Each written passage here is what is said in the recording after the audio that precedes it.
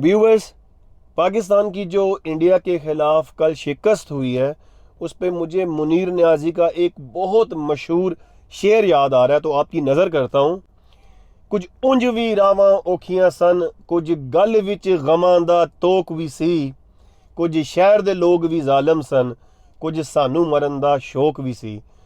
तो वो बात सच साबित होती है कि बाबर आजम को खुद ही शौक था टॉस जीत के, जब आपको पता है कि आप चेज़ अच्छा नहीं करते और सिचुएशन भी ऐसी है, वेदर भी ऐसा है, आपने बैटिंग करा दी, इतनी बड़ी बैटिंग लाइन आपको, और आपने ट्रस्ट किया अपने बॉलर्स को। इसका मतलब है कि आप छुप रहे थे, अपनी बैटिंग को आप बैक नहीं कर रहे थे।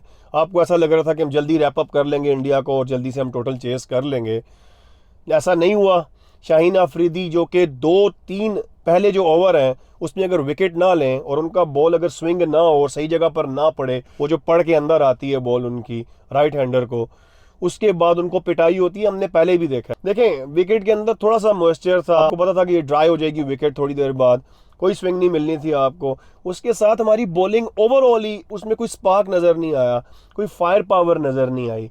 दूसरे एंड से भी कोई आपको कामयाबी नहीं मिली। शुरू में ही अगर आपको मार पड़नी शुरू हो जाए तो एकदम से इतने बड़े मैच के अंदर प्रेशर इतना ज़्यादा होता है कि सारी बैकफुट पे चले गए, कैचेस आपसे ड्रॉप होना शुरू हो गए। जहाँ पे बॉलर्स बॉल गिराना चाह रहे थे वहाँ पे बॉल गिर नहीं रही थी, बॉडी लैंग्वेज नीचे थी, शोल्डर गिरना शुरू हो गए थे। और उसके बाद मैं बात करना चाहता हूँ कि हमारा जो स्पिन डिपार्टमेंट है, स्पेशली जो शादाब है, मैं हमेशा कहता हूँ कि शादाब लोग बहुत ज़्यादा तारीफ़ करते हैं, लेकिन मेरी नज़र में शादाब से बेहतर प्लेयर्स अवेलेबल हैं। फील्डर नो डाउट शादाब जैसा कोई फील्डर इस वक्त मेरे ख्याल में दुनिया की क्रिकेट में उसके पाएगा फील्डर एक दो होंगे। बहुत कमाल फील्डर है, यंग है, एनर्जेटिक है, लेकिन ना उसकी कोई बैटिंग काफ़ी अरसे से हम देख रहे हैं क्लिक हो रही है, और बॉलिंग में वो इतनी ऑर्डनरी बॉलिंग करता है, फ्री बीज जिसे कहते हैं क्रिकेटिंग टर्म में, कि फ्री बीज देता है, जूसी फुल टॉस दे देगा और बिल्कुल ही या तो ओवर पिच डिलीवरी कर देगा और उसको भी काफ़ी मार पड़ती है। कोई ऐसा हमारे पास मिस्ट्री स्पिनर था ही नहीं कल। और उसके अलावा फिर हमारे साथ ये भी हुआ कि हमारे बॉलर्स इंजर्ड हो गए। पहले हारिस इंजर्ड हुआ, उसके 5 ओवर हम नहीं करवा सके, लेकिन उस वक्त तक, जब तक वो इंजर्ड हुआ था, इंडिया उस वक्त तक काफ़ी डोमिनेट कर ही चुका था। और बाद में फिर नसीम शाह भी इंजर्ड हो गए, तो कुल मिला के तकरीबन 6 ओवर्स जो है वो हमें पार्ट टाइमर से करवाने पड़े। दूसरा मैं ये कहना चाहता हूँ कि कोई चेक एंड बैलेंस तो रखे पीसीबी। एनओसी इशू करने से पहले सोचे कि आपका कौन सा बॉलर, अपने प्राइम बॉलर्स को आप खुली इजाज़त दी हुई है आपने कि वो दुनिया जहान की लीग्स खेलें। इतना वर्कलोड है उनके ऊपर, इंजरीज जो हैं वो फिर होती हैं इसी तरह से। और चलें, बॉलिंग में तो हमने पिटाई हमारी अच्छी खासी हुई, और क्या बैटिंग की है विराट कोहली ने। देखें, हम बाबर आजम और विराट कोहली का जब मुवाजना करते हैं ना, तो आप यहीं से डिफरेंस आपको महसूस होगा कि विराट कोहली इस वक्त मेरे ख्याल में 35 ईयर्स उनकी एज है और बाबर आजम काफ़ी यंग है उनसे, लेकिन आप उनकी अप्रोच देखें, उनकी मेंटल टफनेस देखें। क्रिकेट जो है ना वो एक माइंड गेम है, आप कितने अच्छे से प्रेशर ले सकते हैं। विराट कोहली ने बताया कि सिर्फ एक मैच पहले पाकिस्तान के खिलाफ वो आउट हुआ जा रहा है, वो ड्रैग ऑन हुई है बॉल और वो बोल्ड हुए थे, लेकिन उसके बाद ऐसा कम बैक। और देखें, 122 रन उन्होंने किए, बड़ी मुश्किल विकेट है। हम लोगों के बॉलर्स ने नसीम शाह के अलावा किसी और की बॉलिंग का तो पता ही नहीं लग रहा था कि वो कोई वर्ल्ड क्लास बॉलर्स हैं। वही एक बॉलर था जो कि स्विंग कर रहा था, उसको ऑफ द डेक्स जो है वो स्विंग मिल रही थी, इन एंड आउट। और देखें, क्लेवर बॉलर है, बहुत यंग एज में उसने फौरन से पिच को जज कर लिया था कि मैंने पिच को ऐसे इस्तेमाल करना है। एक ही तरह की बॉलिंग की है जिस तरह शाहीन अफरीदी हमेशा करते हैं, और 80 रन खाए हैं 10 ओवर्स में। बहरहाल चलें, ओखे सोखे हमने बॉलिंग अपनी निपटाई, 357 रन थे। हमें पता था ये टोटल नहीं चेज हो सकता, लेकिन एटलीस्ट कोई इंटेंट तो दिखाते, कम से कम कोई बैटिंग के लिए जब आए थे पॉजिटिव एटीट्यूड दिखाते। फ़खर जमान पे अब मैं बात करता हूँ। फ़खर जमान एक अरसे से फेलियर है। देखिए, 2 इनिंग्स या 3 इनिंग्स के ऊपर उसको अपने इतना लंबा करियर करवा दिया उसका। अगर वो पाकिस्तान क्रिकेट टीम से बाहर हो जाए तो कई इक्का दुक्का लीगें ही वो खेल सकता है। कोई उस बंदे के अंदर ऐसे जिसे कहते हैं ना एक्स फैक्टर नहीं है, ना उसकी कोई टेक्निक है, ना एक तो वो शेल में चला गया बहुत ज़्यादा। पता नहीं, या तो उसको टेक्निक में उलझाया हुआ सब ने, या तो उसको देखें खेलने देते उसको जैसे वो खेलता था। आया काओ कॉर्नर पे छक्के मारने वाला वो प्लेयर था, एक ही उसका स्टाइल है, वो इस तरफ मारता है छक्के, मारने दो उसको, उसने आउट तो वैसे भी होना है। इतना वो शेल में चला जाता है, उसकी वजह से एक एक्स्ट्रा प्रेशर आता है। इमाम भी बहुत प्रेशर में आगे खेले। जब आप एक शेल में चले जाते हैं, जब आप बहुत ज़्यादा प्रेशर ले लेते हैं अपने ऊपर, उसके बाद वहाँ से वापसी आसान नहीं होती। आप अपना स्ट्रोक ऑफर ही नहीं कर सकते, जो आपकी नेचुरल इंस्टिंक्ट होती है, आप उस पर खेल ही नहीं रहे होते। ना आपके फुटवर्क सही आ रहा होता है, ना आपकी शॉट वो जो सिलेक्शन होती है वो सही नहीं होती। इसी तरह फिर कैचेज हो जाते हैं, आप आउट हो जाते हैं, टांगों पे खा लेते हैं, डंडे उड़ जाते हैं।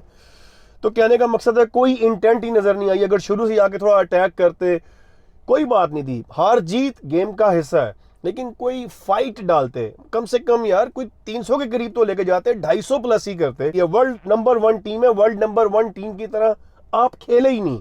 इस चीज का ज्यादा दुख है। इमाम टेक्निकली थोड़ा से करेक्ट प्लेयर हैं, लेकिन एक अच्छा बॉल उनको पड़ा, और क्या बॉलिंग की है बुमराह ने इतने अरसे के बाद, उसका भी कम बैक है। देखिए, इसे कहते हैं पॉजिटिव एटीट्यूड। बॉल बाहर जा रहा है, अंदर आ रहा है, और शार्प बाहर अंदर जा रहा है, और कितनी अच्छी लेंथ पे और कितनी अच्छी लाइन पे उन्होंने बॉलिंग की है। फिर उसके बाद अगर फखर के आउट होने के बाद आपके पास जब बाबर आजम आते हैं, या इमाम के आउट होने के बाद बाबर आजम आए हैं, यार आपके शोल्डर इतने गिरे हुए हैं। आप देखें, विराट कोहली से आपका कंपैरिजन है। अगर आपने उसकी ग्रेटनेस तक या उसकी क्लास तक पहुंचना है तो उससे सीखें कुछ। थोड़ी देर पहले वो बैटिंग करके गया था कितने पॉजिटिव एटीट्यूड के साथ, और मतलब चढ़ के खेल रहा था। उसकी एंट्रेंस से पता लगता है, जैसे ही वो एंटर होता है ग्राउंड में, पता लगता है कि यार एक बंदा मैच जीतने के लिए आ रहा है। और हमारे प्लेयर हैं, शोल्डर गिरे हुए आ रहे हैं हल्के हल्के। एज ए व्यूअर आप सब ने मैच देखा है, जो क्रिकेट खेलते हैं, जो नहीं भी खेलते, सबको पता है कि जैसी एंट्री होती है आपको अंदाजा हो जाता है कि यार आज इनकी वो बात ही नहीं है। बॉडी लैंग्वेज में नजर आ रहा है कि ये पहले से ही दिल छोड़ के बैठे हुए हैं। बाबर आजम ने एक दो ड्राइव्स मारी हैं, जाहिर है गैप में नहीं गई हैं, थोड़ा मेंटल ब्लॉक उनको भी था। अच्छे बॉल पे आउट हुए हैं, लेकिन ऐसा भी कोई एक्सेप्शनल बॉल नहीं था कि वो उसको आराम से रोक ना सकते, ब्लॉक कर सकते थे उस बॉल को, या सिंगल कर सकते थे। ओवरऑल बैटिंग हमारी नहायत फ्लॉप रही है। शादाब एक अरसे से एक ऑलराउंडर के तौर पे खेल रहे हैं, लेकिन नंबर 7 पे उनको भेजा जाता है, और नंबर 7 पे भी परफॉर्मेंस उनकी जीरो है। वो बेचारे जो है सुलेमान अली आगा बगैर हेलमेट के खेल रहे हैं, और कितना गंदा स्वीप शॉट खेल रहे थे। वो क्या शॉट था जिसके ऊपर उस बेचारे को लग गया, और हेलमेट नहीं पहना हुआ। अगर आपकी पक्की स्वीप शॉट नहीं है ना, अगर आप जिस तरह यूनिस खान खेला करते थे, वो टोपी भी बनी हुई है, विदाउट हेलमेट भी उनकी स्वीप शॉट पक्की होती थी।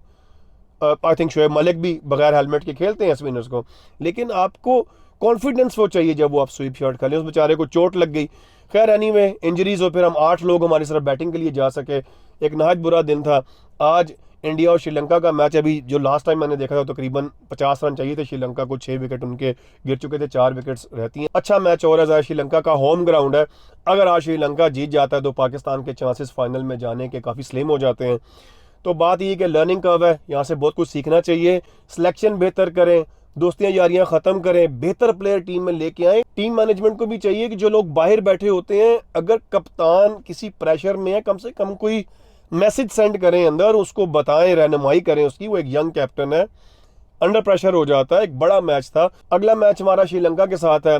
अगर हम फाइनल के लिए क्वालिफाई नहीं भी करते तो एटलीस्ट एक अच्छा मैच, एक अच्छी परफॉर्मेंस पाकिस्तान को देनी चाहिए, क्योंकि आगे वर्ल्ड कप आ रहा है कुछ दिनों के बाद, ताकि एक पॉजिटिव नोट पे, वो जिसे कहते हैं कि फिनिश स्ट्रॉन्ग, अच्छा स्ट्रॉन्ग फिनिश करके यहाँ से जाएं, ताकि एक कॉन्फिडेंस लेवल आपका ऊपर रहे। तो एक दुखी दिल के साथ आपसे इजाज़त चाहता हूँ। पाकिस्तान नंबर 1 टीम से नंबर 2 है, लेकिन बड़ी बात है कि पाकिस्तान बॉटम पे था, नंबर 7, 8 से नंबर 2 तक भी अगर आया है तो ये भी बहुत बड़ी अचीवमेंट है। कुछ चीज़ें आपको ट्वीक करनी पड़ेंगी, ठीक करनी पड़ेंगी। इंशाल्लाह पाकिस्तान दोबारा से एक दफ़ा बताएगा इंडिया के ख़िलाफ़, जब दोबारा मैच होगा तो हम एक अच्छी टक्कर का मुकाबला देंगे। चलें, फिर मिलूंगा आपके साथ किसी नई वीडियो में। तब तक आप अपना बहुत ख्याल रखिएगा। खुदा हाफिज़।